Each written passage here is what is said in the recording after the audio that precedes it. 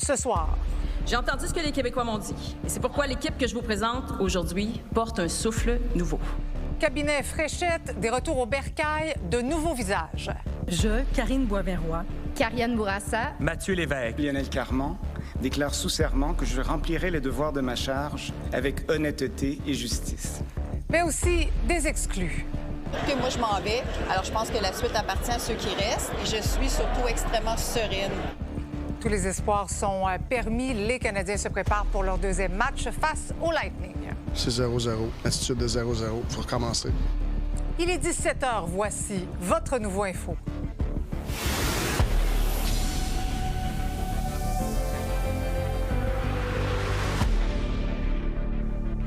Bonsoir tout le monde, bon mardi. Alors, c'est un nouveau portrait de famille qui s'est dessiné cet après-midi au gouvernement. 17 hommes, 12 femmes, le cabinet Fréchette, qui est un mélange de continuité et de nouveauté, mais le noyau dur de la CAQ demeure en poste. L'opposition parle déjà de faux renouveau. En tout cas, il y a beaucoup d'aspects à analyser. C'est ce que je vais voir avec Alain dans quelques minutes, mais d'abord avec toi, Jean-François. Christine Fréchette avait dit en campagne qu'elle allait réduire la taille du Conseil des ministres, mais celui qu'on vient de dévoiler est quand même imposant. Oui, on parle d'une trentaine de membres, donc sensiblement la même chose que l'on avait sous François Legault. 19 hommes et 12 femmes. On sait que Christine Fréchette visait la zone paritaire.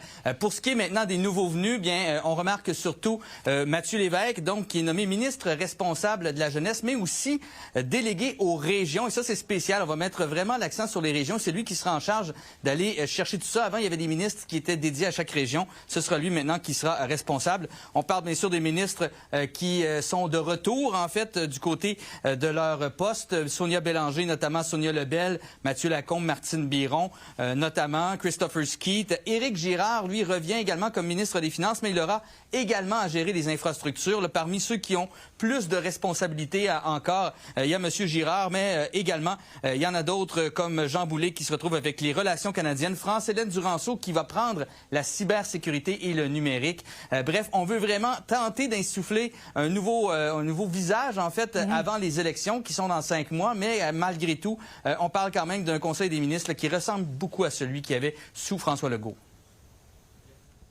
Dans notre histoire, on a su faire preuve d'ambition et de détermination au bon moment. Dorénavant, tout ce qu'il faut, c'est être audacieux. Alors, soyons audacieux et ensemble, on va bâtir le Québec de demain. Merci.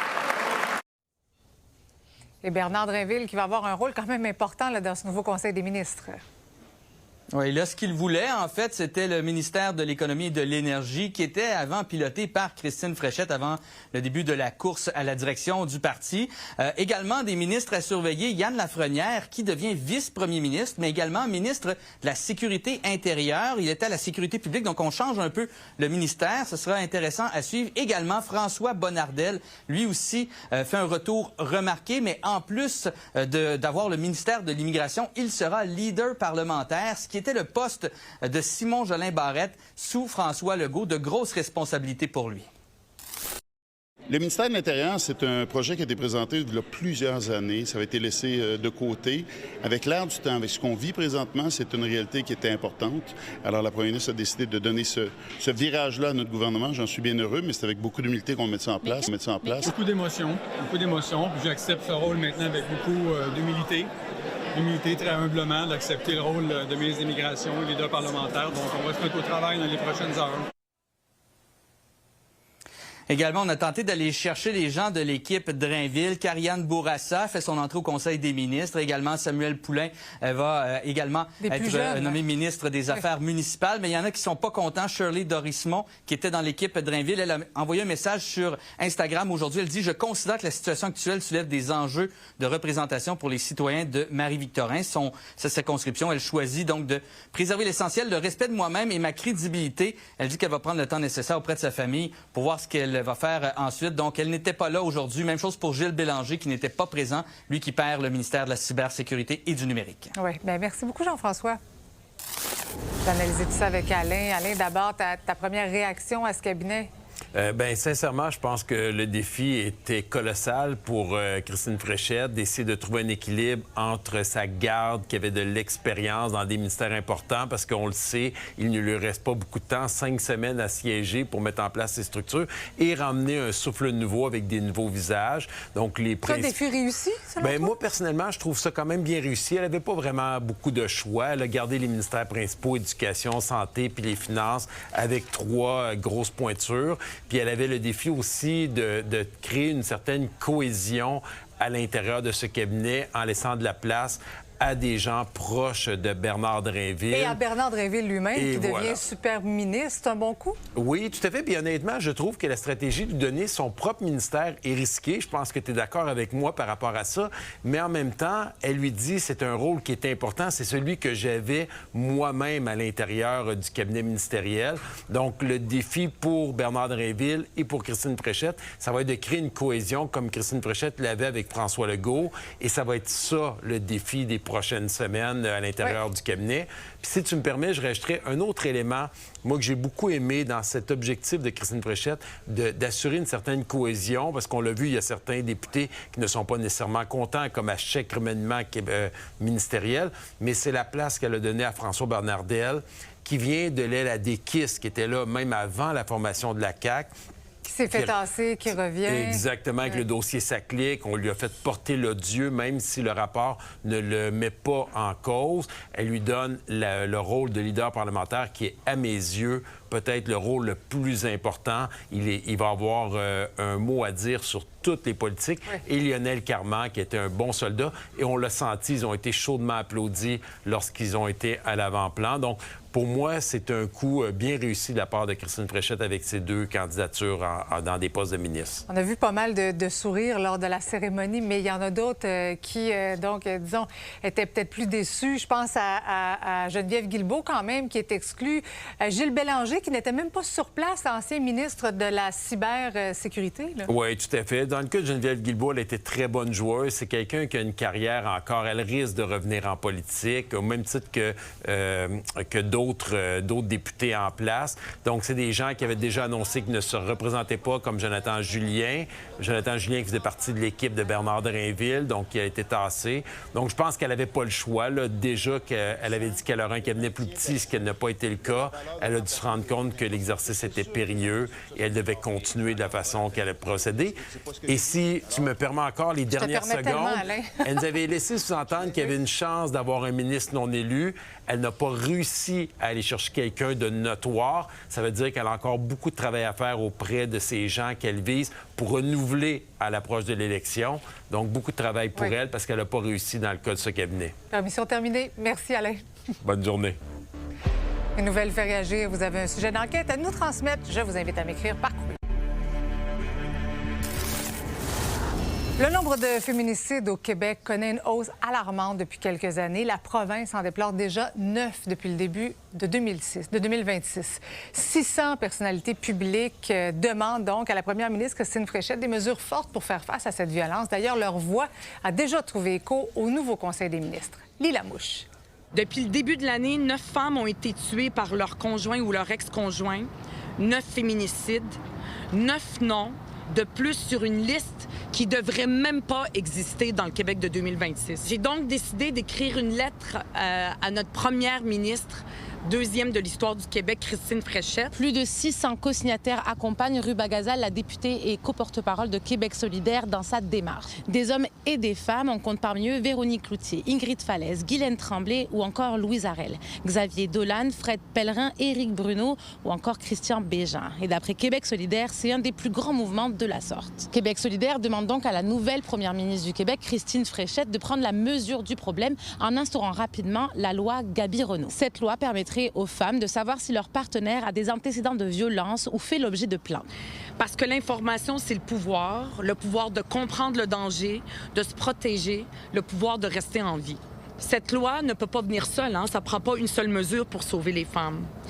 Il faut aussi créer un vrai ministère, un ministère des droits des femmes et de l'égalité. On l'a vu au niveau fédéral, il y a eu une mouvance vraiment importante lorsque le ministère des femmes et de l'égalité des genres a été mis en place. C'est essentiel, puis on est rendu là en 2026, surtout en voyant tout ce qui arrive. Donc, il faut vraiment mettre des mesures. Au niveau de la loi Claire, c'est super important, je trouve aussi. C'est une mesure qui est forte pour le regroupement des maisons d'hébergement, pour la Fédération des maisons d'hébergement et l'Alliance.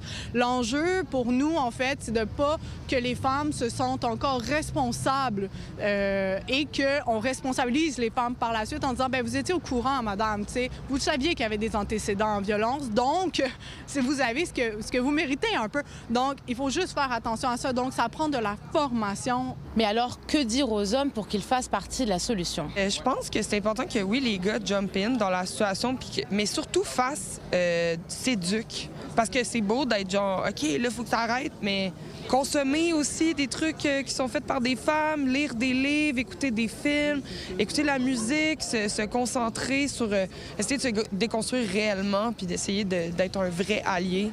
Les gars, soyez alliés. Refusez le silence parce que le silence protège la violence. La prochaine est encore en vie. Puis bientôt, elle sera plus. Madame la Première ministre, j'ai l'espoir au bout des bras. Vous avez, en début de mandat, la chance d'être à la hauteur de l'urgence.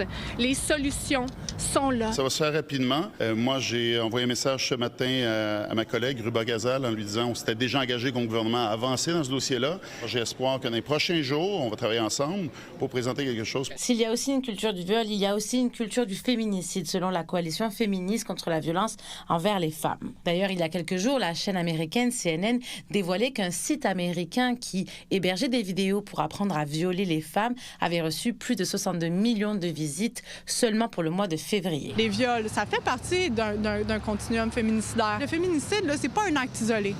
En fait, le féminicide est porté par une idée. La semaine dernière, Iba El Khazi, 25 ans, est décédée sous les coups de son conjoint à Montréal.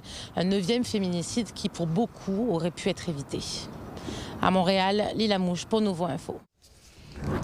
Un piéton a perdu la vie après avoir été heurté par une balayeuse de rue à Boucherville. L'accident est survenu peu avant midi sur la rue d'Iberville, tout près de l'intersection de la rue Samuel de Champlain.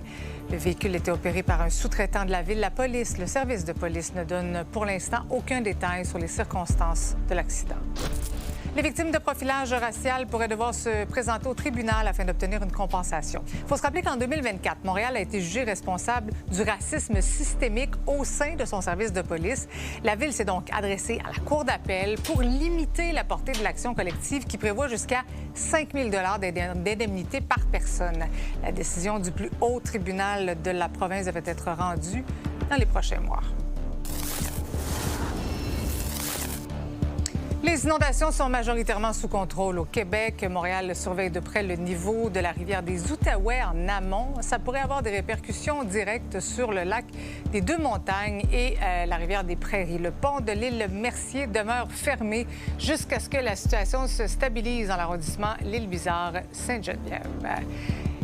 D'ailleurs, je retrouve à l'instant le présentateur à Météo Média, Patrick de Bellefeuille. Bonsoir, Patrick. Bonsoir, Marie-Christine. Alors, on dit que les inondations sont sous contrôle, mais quand même, les résidents ne sont pas au bout de leur peine.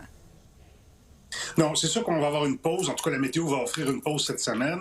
La semaine prochaine, ça va reprendre parce qu'on va avoir encore une semaine qui sera active côté précipitations. Il reste encore un couvert de neige qui est assez important dans certains secteurs comme le nord-ouest du Québec, les Hautes-Laurentides, la Haute-Mauricie et jusque du côté du parc des Laurentides. Donc, évidemment, ça va fondre. Bonne nouvelle aussi, pas de grosses poussées de chaleur de 20-22 degrés d'un coup. Puis avec les nuits qui sont plus froides, ça ralentit un petit peu le processus de fonte. Remarque, ça ferait du bien, une petite poussée de chaleur par les temps qui courent quand même. Mais dis-moi, quelles sont les régions qui sont davantage à surveiller en ce moment, là? Bon, c'est sûr qu'en Abitibi-Témiscamingue, on parle de 40 à 70 cm de neige au sol. Comme ça va fondre, ça s'en va dans la vallée des Outaouais. Ça se termine pas là, ça vient toucher évidemment Montréal, la rivière des Prairies, le lac Saint-Louis et compagnie. Donc ça, c'est un problème. Ça pourrait devenir un problème plutôt. Du côté des Hautes-Laurentides, ça peut aussi ruisseler soit vers la vallée outaouaise, soit vers le lac Saint-Pierre. Et même chose du côté de la Mauricie, où ça pourrait ruisseler là, vers les secteurs du lac Saint-Pierre. Dans le parc des Laurentides, vers Québec aussi, là, il en reste encore, mais un petit peu moins que ce qu'on a du côté de l'Abitibi. Bon, je veux parler de l'été avec toi parce que semble-t-il qu'il s'annonce coup-ci, coup-ça. Qu'est-ce qui nous pend au bout du nez? Bon, d'abord, gros bémol sur cette question-là. Coup-ci, coup-ça, peut-être pas tant que ça. Okay. C'est-à-dire que, oui, on a un super El Niño qui s'en vient. Oui, on a un super El Niño qui s'en vient. Historiquement, un super El Niño, ça ne nous donne pas nos plus gros étés. Mais est-ce qu'on veut avoir 30 jours de suite de canicule à 32 degrés? Non. Est-ce qu'on veut avoir un été complètement sec parce qu'il n'y a pas de précipitation? Les producteurs maraîchers vous diraient non. Alors, avec l'eau chaude qui s'installe du côté du Pacifique, on peut avoir un crétage sur la portion ouest du continent nord-américain, ce qui, par défaut, nous amène, nous, plutôt dans un creux du courant gène, nous rapprochant un peu plus près des zones perturbées. Mais c'est pas un été qui est complètement pourri. Tu sais, quand on dit frais, quand on fait 27 en été puis qu'il va faire 25, c'est correct. Oui, je pense que ça se fera bien quand même. Merci, Patrick. Donc, c'est un printemps moyen côté météo, mais tellement excitant pour les fans du Canadien. Je me tourne tout de suite vers Lily. Deuxième match ce soir contre le Lightning à Tampa et les partisans vont se réunir et ça représente d'importantes retombées chez nous. Oui, tous les établissements se mettent aux couleurs du Canadien présentement. Je suis présentement à la brasserie Le Manoir dans la Chine. Vous voyez, il y a des ailes de poulet de sortie, il y a des pichets de bière, il y a la coupe qui est là. Donc, parce que ce soir, ça risque d'être une grosse soirée pour toutes les brasseries au Québec. À titre d'exemple, Moneris, l'entreprise de terminaux de paiement, relatait que l'an dernier, durant les séries, il y avait une augmentation de 45 % des dépenses au troisième match et de 45 % au quatrième match. Ça risque d'être comme ça aussi cette année, ce qui fait le grand bonheur des restaurateurs et des tenanciers de bar. Depuis 7 heures à matin qu'on est ouvert, le téléphone sonne tout le temps, c'est juste pour une raison. On peut savoir une place, on peut se réserver pour pouvoir venir voir la game du Canadien ce soir. Puis malheureusement, on est déjà tout à pleine capacité, on refuse des réservations. Puis ça, c'est depuis vendredi passé, puis on n'était même pas encore en série éliminatoire, mais déjà là, c'est l'euphorie totale. Les employés font plus d'argent.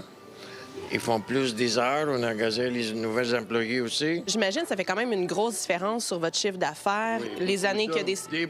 Double de chiffre d'affaires, puis triple par les journées. L'ambiance est bonne. Les matchs de hockey, ça crie aussitôt que le Canadien compte un but. Go, Habs, go!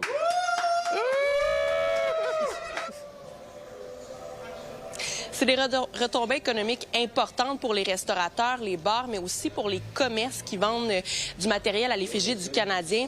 Par exemple, je me suis rendue aujourd'hui dans un commerce sur la rue Sainte-Catherine et ce qu'on me dit, c'est que les gens veulent acheter le chandail de leur vedette, le chandail que fait la vedette la veille. En fait, qu'il y a eu un match, c'était le cas par exemple dimanche avec Juraj Slafkovský. On peut écouter le commerçant. Les fans, ils sont un peu... Celui qui fait la star dans la game, le lendemain, ils veulent son chandail. J'ai mis tous les joueurs, le line-up qui est number one, Caulfield, Suzuki, Demidov, Hudson, puis Dobeš. Qu'est-ce que les fans vous disent quand ils rentrent ici? Ils disent, si jamais ils vont au deuxième tour, on achète le maillot. Mais aujourd'hui, on veut juste un T-shirt. OK. Ouais, ils sont un peu craintifs parce qu'ils ont déjà eu la leçon depuis une couple d'années. Donc, beaucoup d'ailes de poulet qui vont se vendre ce soir. Je regarde mon caméraman, il a de l'air très intéressé, là. Non, mais j'ai faim. Mangeons pour nous, Lily. Bye-bye. Bonne soirée. Nous autres aussi, on a faim.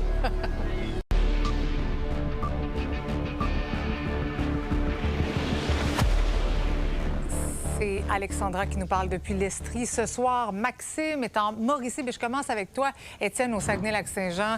C'est la Semaine nationale des dons d'organes et la région est particulièrement efficace dans ce domaine, hein? Oui, effectivement, parce que le Saguenay-Lac-Saint-Jean termine au deuxième rang là, des régions du Québec avec le plus grand nombre de dons d'organes dans la dernière année. En première position, il faut le mentionner, c'est la région métropolitaine. Des chiffres de Transplant Québec qui ont été publiés récemment. L'organisme observe une augmentation globale à l'échelle de la province. C'est donc dire que les Québécois donnent de plus en plus d'organes et les acteurs du milieu s'entendent pour rappeler en fait qu'un don, oui, peut changer la vie d'une personne, mais de plusieurs autres aussi, plusieurs autres autour d'une personne qui aurait potentiellement besoin de ce don d'organes-là. On peut écouter justement. Ces gens-là attendent un appel. Ça fait des années parfois qu'ils peuvent attendre de pouvoir profiter de leurs vacances, de pouvoir aller à l'extérieur sans faire de la dialyse 3-4 fois par semaine. J'ai parlé avec des greffés et puis, tu sais, eux autres, je leur donne le choix entre 1 million et un rein et ils choisissent le rein. Tu sais, ça n'a pas de prix, comment ça peut changer la vie de quelqu'un. Mais c'est toujours... bon, qui va me donner un rein? Y a-t-il quelqu'un dans la famille qui va me donner un rein? Mais ça, c'est toujours libre à toi, aux personnes. Moi, j'ai 42 ans, puis j'ai pas envie de finir ma vie avec cette maladie-là. Ce qui est important, c'est de signer la mosus de carte. C'est toujours important, hein? Statistique intéressante alors qu'en 2025, c'est 196 donneurs qui ont pu permettre de transplanter 617 organes au total. Merci beaucoup, Étienne. Maxime, maintenant, on parle d'une église de Trois-Rivières qui sera reconvertie en 160 logements, mais le conseil municipal doit d'abord donner son approbation. Ouais, pour mettre en contexte, cette église, il y a 1 an et demi, elle a pris feu et l'incendie a ravagé une bonne partie de l'intérieur. On peut voir sur les images. À ce moment-là, l'église appartenait à un promoteur immobilier qui était déjà propriétaire à ce moment-là, qui voulait faire des logements. Mais à la suite de la catastrophe, le projet a été mis sur pause. On peut le comprendre. Et c'est donc un an et demi plus tard qui nous amène à aujourd'hui. Le projet est de retour sur la table du conseil et pourrait être approuvé, mais avec quelques petites dérogations. Dans le secteur, c'est un maximum, par exemple, de 100 unités de logement pour un immeuble. Dans le cas du projet qui va être présenté, on est à 160 unités de logement, donc ça doit être une dérogation qui est approuvée par le conseil. L'objectif, c'est d'essayer de trouver un moyen entre la conservation, mais aussi répondre à un besoin d'habitation. C'est pour ça qu'il y a des éléments dérogatoires qui sont proposés au conseil de ville. On a encore besoin de logements, donc ça va permettre d'en créer. Dans le centre de la ville, donc c'est de la densification, on ne fait pas de l'étalement urbain. On sait que la crise du logement est mieux que depuis les dernières années à Trois-Rivières, mais il faut des logements abordables et la Ville va encourager le promoteur à en faire sans toutefois lui en obliger. Il faut aussi comprendre que si les logements sont faits dans cette église, la façade va y rester parce que c'est quand même un emblème trifluvien et le conseil se réunit ce soir pour en discuter. Ce point devrait se trouver au menu. Merci, Maxime. Alexandra, maintenant, le nettoyage des rues est en cours un peu partout au Québec. Et à Victoriaville, on récupère le gravier et ça date pas d'hier. Ça fait maintenant 20 ans, Marie-Christine, que la ville de Victoriaville utilise cette méthode d'économie circulaire. Donc, les équipes qui vont ramasser ce gravier qui sert d'abrasif pendant l'hiver. Au total, on va balayer plus de 400 km de rues. C'est une opération qui va durer entre 5 et 6 semaines. Ça va permettre aussi d'éviter que 3500 tonnes par année en moyenne métrique soient enfouies. C'est aussi une bonne façon d'économiser pour la ville quand on sait qu'enfouir des tonnes, en fait, c'est 100 $ la tonne environ. Alors, on va pouvoir récupérer, bien sûr, ce gravier l'an prochain. C'est approximativement 75 qu'on récupère sur notre mélange, donc il reste juste 25 là, de matériel neuf à acheter. Là. On calcule de façon en bon an mal an. C'est au-delà de 150 000 qu'on sauve le transport, les coûts de redevance, du montant d'enfouissement. Faisons fois 20 ans, dollars d'aujourd'hui, mais c'est quand même 3,5 millions qu'on a sauvés à travers des années. C'est une initiative qui a trouvé écho dans d'autres municipalités au Québec. Marie-Christine, par exemple, à Trois-Rivières, on fait la même chose, donc on récupère le gravier. Puis à Sherbrooke, on fait un choix économique de plutôt l'enfouir, donc pour recouvrir les déchets au site d'enfouissement Valoris. Merci, Alexandra.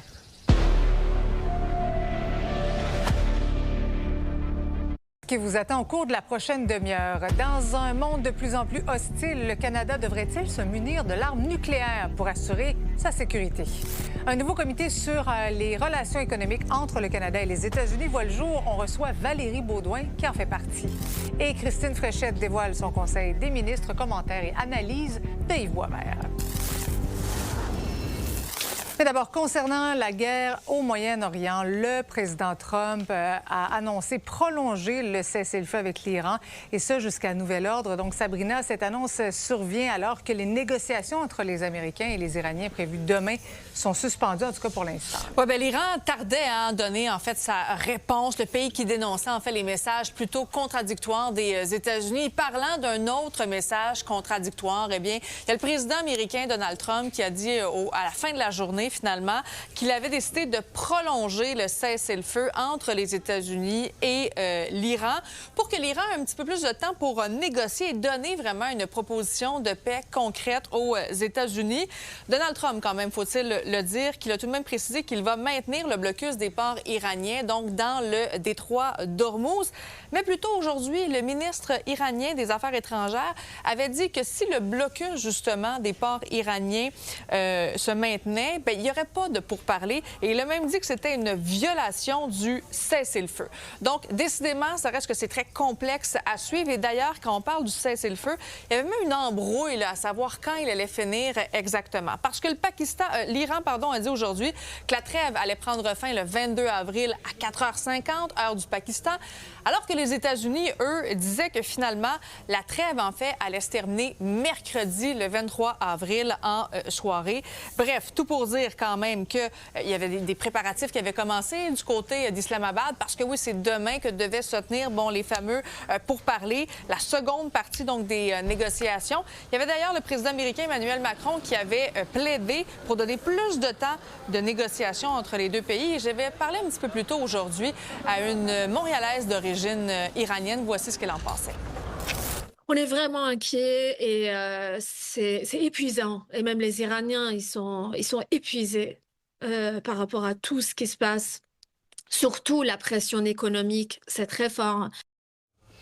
Pourtant, Sabrina, le président Trump se disait bien confiant de la tenue de ces pourparlers. Oui, pas plus tard qu'aujourd'hui, il a accordé une entrevue télévisée à un réseau donc de télé américain. Et lorsqu'on l'a questionné sur les pourparlers à venir à Islamabad, il a dit que notamment, s'il n'y avait pas d'accord, il allait bombarder l'Iran. Et voici ce qu'il a répondu également, notamment concernant sa confiance enfin en lien avec les pourparlers de demain. Well, as I said 2 days ago when they said they won't send them, I said they'll be sending them. They have no choice but to send them. We've taken out their Navy. We've taken out their Air Force. We've taken out their leaders, frankly, which does complicate things in one way, but these leaders are much more rational. Donc, on avait eu quand même certains indices. C'est-à-dire que là, on ne savait pas quand le vice-président américain J.D. Vance allait quitter pour le Pakistan. C'était un des représentants, en fait, des Américains. Aussi, l'Iran qui disait, bien, on ne sait pas encore si on veut participer, en fait. Tous les aspects sont flous. Là. Tous les aspects sont flous, que ce soit du côté du cessez-le-feu aussi. Donald Trump, d'ailleurs, avait dit en début de semaine, très peu probable qu'on prolonge, en fait, le cessez-le-feu. Et là, encore une fois, le cessez-le-feu qui est prolongé. Donc, bref, on essaie de suivre, on essaie de naviguer, mais somme toute, on s'en sort, là, Marie-Christine. Merci, Sabrina.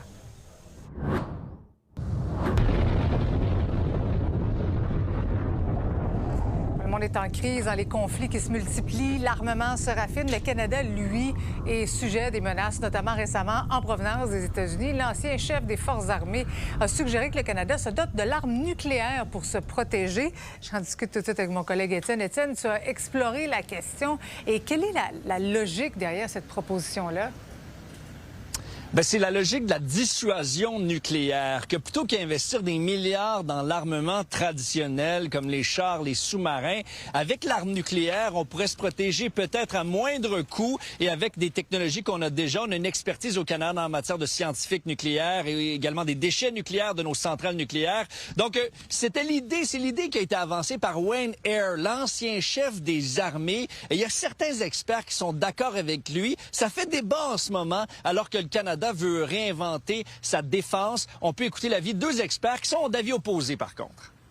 Et c'est pas nécessairement qu'on va en avoir besoin dans 5 ans. Mais on peut peut-être arriver à un scénario où ça l'est utile et puis on ne peut pas se retrouver dans une situation où on fait « ouais, mais on aurait peut-être dû ». Et si on veut se protéger des États-Unis, qui est notre voisin le plus proche, c'est impossible pour nous de développer l'arme nucléaire sans qu'ils le sachent qu'on est en train de le faire. Et ça pourrait justement éviter l'intervention qu'on cherche à dissuader. Ah oui, un peu comme avec l'Iran, là. Exactement. C'est un cas qui est très parlant, je trouve. Mais Étienne, il y aurait quand même des obstacles importants pour y arriver, là.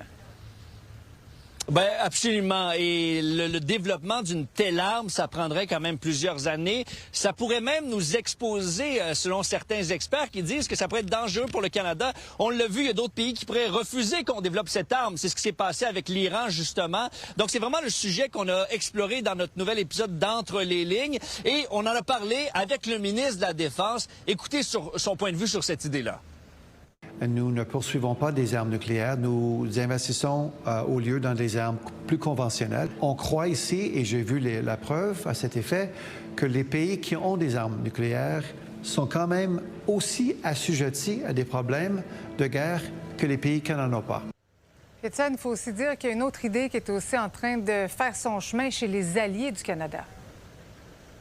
Oui, parce que c'est pas du tout un débat hypothétique, l'arme nucléaire. On est de retour vers une course à l'armement nucléaire. La France qui a décidé qu'elle allait augmenter son arsenal et a même annoncé qu'elle pourrait en prêter certaines ogives nucléaires à des alliés, peut-être même le Canada, sinon à des alliés européens. Donc le débat, il est très réel, il est très actuel. Faudra voir ce qui va en être. Mais ce contexte mondial a véritablement changé les points de vue, même sur le dossier de l'armement nucléaire. Merci, Étienne.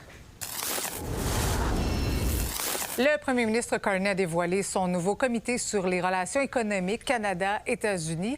Parmi ses 24 membres, on y retrouve l'ancien premier ministre Jean Charest, Magali Picard de la Fédération des travailleurs du Québec et également notre collaboratrice en politique américaine, Valérie Baudouin, qui est avec moi ce soir. Bonsoir, Valérie. Bonsoir. Alors, bien sûr, là, tu vas mettre le chapeau ce soir de membre de ce comité. D'abord, quel sera son mandat exactement? C'est vraiment d'aider à la stratégie sur les 2 prochaines années du Canada pour sa politique économique avec les États-Unis, parce qu'on le sait, hein, c'est pas rose, c'est pas un long fleuve tranquille depuis le retour de Donald Trump à la Maison-Blanche. Donc, ça va être une espèce de, comment dire, en anglais, on dit ça un sounding board. Là. Ça veut dire on échange des idées, on va se parler franchement dans ce comité-là, qui est indépendant. Alors, je pense que tout le monde est à l'aise aussi de donner son point de vue. Et dans le but de conseiller le premier ministre? Oui, exactement. Bien, de conseiller directement Dominique Leblanc, qui est le ministre responsable, justement, des relations canado-américaines dans ce contexte-là. Et après ça, ils prennent ce qu'ils veulent. Hein. On n'est pas des élus, alors ils peuvent décider de prendre une partie peut-être de nos recommandations ou des éléments de nos discussions. Mais je pense que le but du comité, ça va être vraiment de représenter à peu près tout le monde. Hein, parce que tu le disais... Oui, il y a des politiciens, des représentants syndicaux, experts du domaine industriel. Toi, en tant que chroniqueuse, analyste, spécialiste du monde américain, ce serait quoi ton rôle précisément? Ça va être le rôle de la chercheure à la chaire à haute endurance, celle qui étudie les États-Unis depuis longtemps. Je peux pas dire que je connais exactement le rôle que je vais jouer parce qu'on n'a pas encore eu notre première rencontre, mais assurément, ça va être de vulgariser des enjeux de politique américaine parce qu'autour de la table, c'est des gens qui ont une loupe canadienne. Hein. Surtout, c'est des gens justement de l'industrie qui connaissent leur domaine, qui ont leur point de vue, hein, des gens qui sont des anciens du Parti conservateur, on a des anciens politiciens. Bref, as-tu déjà, puis je te pose la question, c'est encore frais pour toi, mais est-ce que tu as déjà pensé à un conseil que tu aimerais donner au gouvernement? Mon Dieu, c'est une bonne question. Je t'avoue que non, je me suis pas rendue jusque-là parce que je pense que j'ai envie de prendre le pouls un peu puis de voir comment on va discuter. Mais c'est certain que je vais avoir le goût de donner mon point de vue pour étudier les États-Unis depuis plusieurs années puis de manger de la politique américaine à chaque jour, parler de l'imprévisibilité puis aussi de parler peut-être des alliés auxquels on pense pas aux États-Unis. Ce serait peut-être ça mon angle intéressant. Des alliés même au sein du Parti républicain là, dans les négociations canado-américaines. Bien, puis parlant aussi des choses qui s'en viennent, il y a la renégociation de l'ACUM et là aussi, vous allez appuyer ou en fait conseiller le gouvernement, mais ça représente quoi comme défi, cette négociation-là? C'est un défi immense. Là, je voudrais pas être honnêtement dans les souliers de ceux qui renégocient l'ACUM. Je vais être bien honnête avec toi, parce que est-ce qu'on va toucher à la gestion de l'offre? Qu'est-ce qu'on peut offrir aux Américains aussi pour leur faire plaisir, aux Mexicains aussi, parce qu'on l'oublie, hein, mais c'est un accord aussi Canada, Mexique, États-Unis. Alors, ça va être assez difficile. Ça va être le gros défi, je pense, vraiment, de ce mandat-là au départ. Et pour l'ACUM, bien, il y a des gens, c'est sûr, de l'industrie de l'automobile qui sont présents dans ce comité-là, des syndicats, du secteur financier. Alors, chacun va vouloir dire, voici ce qui est important pour nous, qu'il soit protégé dans cet accord de libre-échange. Est-ce que tu vas pouvoir quand même commenter l'actualité américaine? Parfait. Bien sûr. Je vais garder mon chapeau. Ça va être mon chapeau américain de chroniqueuse. On va laisser le Canada de côté dans ces moments-là. Merci beaucoup, Valérie. Bon mandat. Avec plaisir. Merci. La fusillade qui a coûté la vie à une touriste canadienne hier était préméditée selon le gouvernement du Mexique. Le tireur s'était rendu à plusieurs reprises sur le site archéologique des pyramides Teotihuacan pour faire du repérage. Il avait aussi en sa possession de la documentation au sujet de la tuerie de l'école secondaire Columbine. Le Mexicain de 27 ans s'est enlevé la vie après avoir fait un mort et 13 blessés.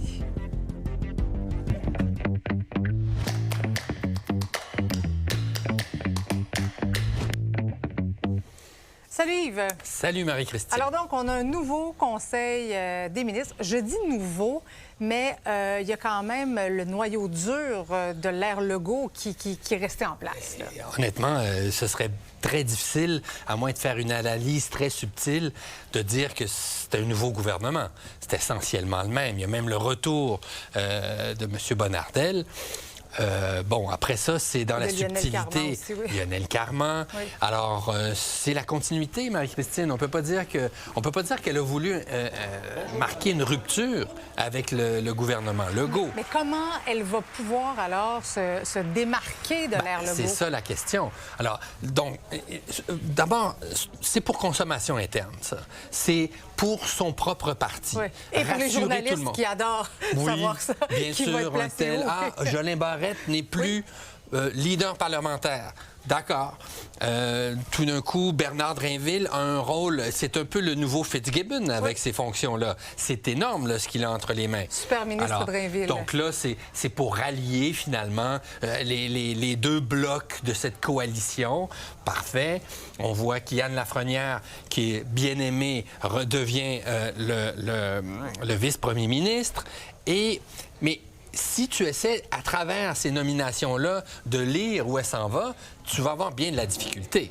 Ça aurait très bien pu être les mêmes nominations par François Legault. Oui. Alors maintenant, mais ça va... de l'autre côté, aller dans un grand changement, il reste que 5 mois avant l'élection. Il y a la pause de l'été. Mais donc il faut qu'elle le fasse. Il faut qu'elle fasse. Ben oui, effectivement, c'est dans 5 mois, puis il reste quelques semaines à peine à l'actuelle session. Il y a un projet de constitution qui est sur les rails. Simon Jolin Barrette est encore responsable de ça, mais il y a 3 partis sur 5 qui sont contre. Et elle a dit qu'elle n'utiliserait pas le bâillon. Alors, on n'adopte pas une constitution d'une nation sans un minimum de consensus. Donc, il va falloir qu'elle... Si on prend l'exemple, par exemple, de Mark Carney, qui est devenu premier ministre désigné et ensuite qui s'est fait élire, il succédait à un premier ministre très impopulaire. Mais il pouvait tout de suite imprimer des changements de direction. On a vu qu'il y a eu une rupture avec l'ère Trudeau. D'un côté, il y avait plus de temps aussi, là. Il n'y avait pas tant plus de temps parce qu'il a été élu au mois de mars. Il y avait même, je te dirais, moins de temps. Sauf qu'il avait l'avantage de l'arrivée de Donald Trump. Donc, une crise qui frappait le Canada et à laquelle lui devait répondre et en tant qu'ancien banquier, pouvait... montrer ses couleurs. Oui, puis faire un contraste avec Pierre Poilievre. Mais elle, il va falloir qu'elle nous montre que c'est un nouveau gouvernement parce qu'il est très impopulaire, ce gouvernement. Est-ce que tu penses justement que ce nouveau cabinet et sa nomination va faire remonter la CAQ dans les sondages? C'est pas le nouveau cabinet, Marie-Christine. J'ai jamais vu un remaniement ministériel qui a fait « Oh, mon Dieu, il y a un nouveau ministre à l'Agriculture, votons pour ce parti. » Mais là, en ce moment, dans l'état actuel des sondages, tout est possible. Les partis sont de plus en plus proches les uns des autres. Donc, là, c'est à elle de se démarquer. Donc, j'appellerai plus le nouveau cabinet, le cabinet de la continuité. C'est la continuité. Merci Yves. À demain. À demain, bye-bye. La police de Toronto a dû intervenir après un coup de pub pour le nouvel album du rappeur Drake. On vous explique tout ça au retour.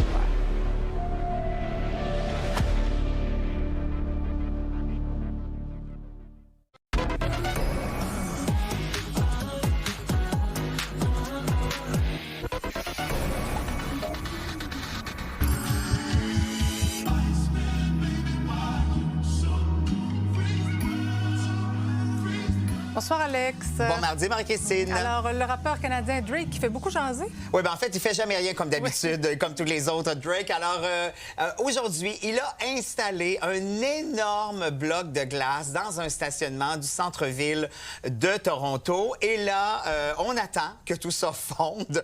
Alors, bien sûr, ça a attiré bien des curieux, bien des fans de Drake. On se demande, est-ce que quand... Pourquoi? Ben, c'est ça. Oui. Alors, on se demande, est-ce que quand le bloc sera fondu, c'est parce qu'on va nous annoncer la date de son prochain album qui va sortir ou ce sera le jour de sortie de l'album? Bon, c'est pas son premier coup médiatique côté glace ce mois-ci, Drake, parce que au début du mois, il y avait un match des Raptors de Toronto. Lui, il a des sièges de saison qui sont là. Et ce soir-là, il les avait remplacés par des sculptures, encore une fois, de glace, qui ont fondu comme ça tout au long de la soirée. Bon, est-ce que le thème de l'album, ça va-tu être la glace? Est-ce que ça a un lien avec des chansons? Est-ce que c'est un lien aussi parce que ça fait un bon bout de temps qu'il n'a pas sorti d'album, puis donc il sort de son hibernation. Bref, va falloir attendre que ça fonde. Puis comme il fait pas très chaud ces jours-ci, ça pourrait prendre un bon bout de temps. Bon, en tout cas, c'est clair qu'il y a un lien, mais on ne sait pas c'est quoi. Oui, exact. On verra. Maintenant, parle-moi de Pierre Verville qui revient sur scène pour une dernière voix. Oui, dernière tournée exactement sur scène. Alors, tu l'as dit, ça va s'appeler Pour une dernière voix, parce que ça souligne bien sûr tout l'ensemble de son travail. Donc, ce sera un spectacle qui va couvrir des années 70 jusqu'à maintenant. Alors, bien sûr, il nous a habitués à des monologues, des imitations et aussi des chansons. D'ailleurs, il va être accompagné sur scène par la pianiste Nadine Turbide. Il commence ses rodages déjà en juillet. Si vous voulez des billets et savoir où il est, c'est le pierreverville.com. Ça promet, c'est son dernier show. Maintenant, les choristes qui prennent la route pour la tournée d'Harmonie un soir. Oui, autre spectacle bien le fun, les choristes, donc on connaît grâce à l'émission En direct de l'univers. Ils nous avaient offert un spectacle de Noël qui a immensément fonctionné. Donc cette fois-ci, ça s'appelle Harmonie d'un soir. Donc de la pop, des classiques, des medleys de hier à aujourd'hui. On le sait, ils sont excellents dans les harmonies vocales et tout ce qui est medley, tout mélangé ensemble. Donc eux autres aussi vont prendre la route. Bon, c'est pas en rodage, c'est le vrai spectacle qui commence début mai jusqu'au mois d'août. Si vous voulez voir tout ça, c'est sur le choriste.com. Choriste avec un K et non pas avec un C. Es-tu essoufflé? Je suis essoufflé. Il y avait beaucoup de mots à dire ce soir. Tu peux aller respirer, Alex. Merci beaucoup. Bye-bye, à demain. Bye-bye. Les sports, au retour, restez là.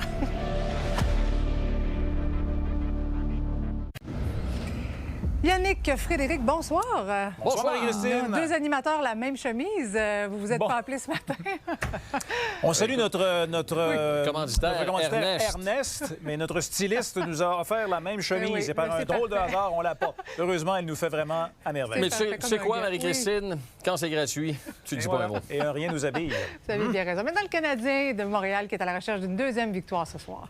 Tout à fait. Le Canadien qui a causé une certaine surprise dimanche en l'emportant dans le premier match face au Lightning par la marque de 4-3. On se souvient de la performance de Juraj Slafkovský. Donc, le Canadien qui, ce soir, pourrait vraiment semer un gros doute dans la tête des joueurs du Lightning si jamais ils devaient l'emporter ce soir parce que la série va se transporter pour les matchs 3 et 4 du côté du Centre Bell. Alors, ce serait vraiment l'hystérie au Centre Bell si le Canadien devait mener 2-0. Ah oui, tout à fait.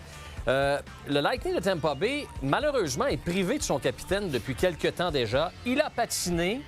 John Cooper dit déjà qu'il pourrait s'absenter pour toute la série si jamais ça va en 7. C'est assez nébuleux. Il a quitté pour des raisons personnelles. Il patine, on ne sait pas trop s'il est blessé, mais ne jouera pas donc ce soir. Mais une victoire donc primordiale pour le Lightning. Une victoire, 8 défaites à ses 9 derniers matchs en série à domicile. Avez-vous reçu des photos du public finalement? Certainement. C'est vrai, hier, on a lancé l'invitation. Donc, et oui, on en a reçu beaucoup. On t'en présente quelques-unes, si tu le veux bien. D'abord, Stéphane Baribeau et sa conjointe Anne Caron, qui est au Centre de cancérologie de Québec pour une greffe de cellules souches. Évidemment, on en profite également pour lui envoyer plein d'énergie positive. On lui souhaite un bon match également. Et une victoire du Canadien. Et une victoire du Canadien, effectivement. Des gens de Saint-Jean-sur-Richelieu ici, une photo de famille, la famille de Michel Raté. Donc, oui, beau groupe. Eux également, on leur souhaite un très beau match. Il y a le jeune Elliott Hamel de Valleyfield également qui, semble-t-il, est vraiment prêt. C'est un jeune partisan, on comprend bien. Il y a aussi ce jeune garçon avec Youpi, Nico Lalonde, donc un partisan du Canadien de Montréal. Et on a même reçu, regarde, ça on l'a trouvé bonne, c'est, bon, tu vas me dire, c'est Christian Proto qui nous a envoyé ça. Donc, un gros attaquant de puissance. Non, c'est quoi? Un gros défenseur robuste. Un gros défenseur robuste et un petit attaquant de puissance. Ça, c'est parfait. Qu'est-ce qu'on surveille d'autre ce soir dans les séries de la Ligue nationale? Bien, il y a d'autres séries, entre autres celle entre les Bruins de Boston et les Sabres de Buffalo. Tu sais que Buffalo vibre au rythme des Sabres de Buffalo qui ont réussi une remontée hier. Les partisans, véritablement, sont très bruyants. Pourraient prendre les devants 2-0 dans leur série. Et une nouvelle identité de marque pour le promoteur du Grand Prix de F1 du Canada. Effectivement, donc Bell qui a annoncé aujourd'hui le lancement de Bell GP Canada. C'est la nouvelle identité du promoteur officiel du Grand Prix de F1 du Canada. Donc Bell qui s'implique encore davantage. Je te rappelle que le Grand Prix, c'est du 22 au 24 mai, 5e épreuve du calendrier, ma chère Marie. Et on n'a pas le temps de te parler de Mouton qui assistait à un match de baseball. Ce sera pour une autre fois. Oui, merci. Bye. À demain. Bye. La chemise me fait bien à moi. Oui, allez repasser, là. Bye. Bon.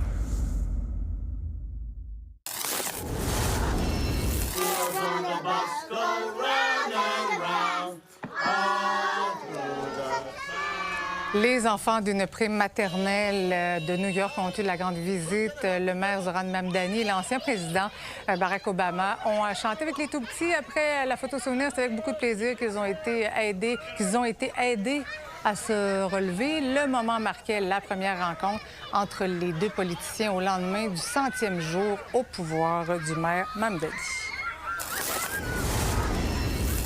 Bonsoir, Michel. Allô, Marie-Christine. On le disait hier, probablement que ça va se passer ce soir. Vous allez analyser le cabinet de Christine Fréchette. Mon Dieu, tu disais, où est-ce qu'elle s'en va avec ses skis? On va analyser ça ce soir. Il y a des retours, il y a une grande stabilité, entre autres. Mais est-ce qu'il est paritaire, ce cabinet? On a fait des calculs. Il y a 29 personnes, si on compte la première ministre, 12 femmes, 17 hommes. On tombe à 41 de femmes, 59 C'est dans la parité. C'est dans la zone paritaire, un beau concept qu'on a créé ici au Québec, mais la vraie parité, c'est 50-50. Alors, la zone paritaire, c'est entre 40 et 60. Est-ce que la parité au sein du Conseil des ministres est essentielle selon vous? Il faut prioriser les compétences. C'est le débat de 22h30. Est-ce que ton panel sera paritaire? Bien sûr. Comme presque toujours, d'ailleurs. Oui, c'est vrai. Merci, Michel. Bonne soirée. Excellente soirée à notre antenne. À demain.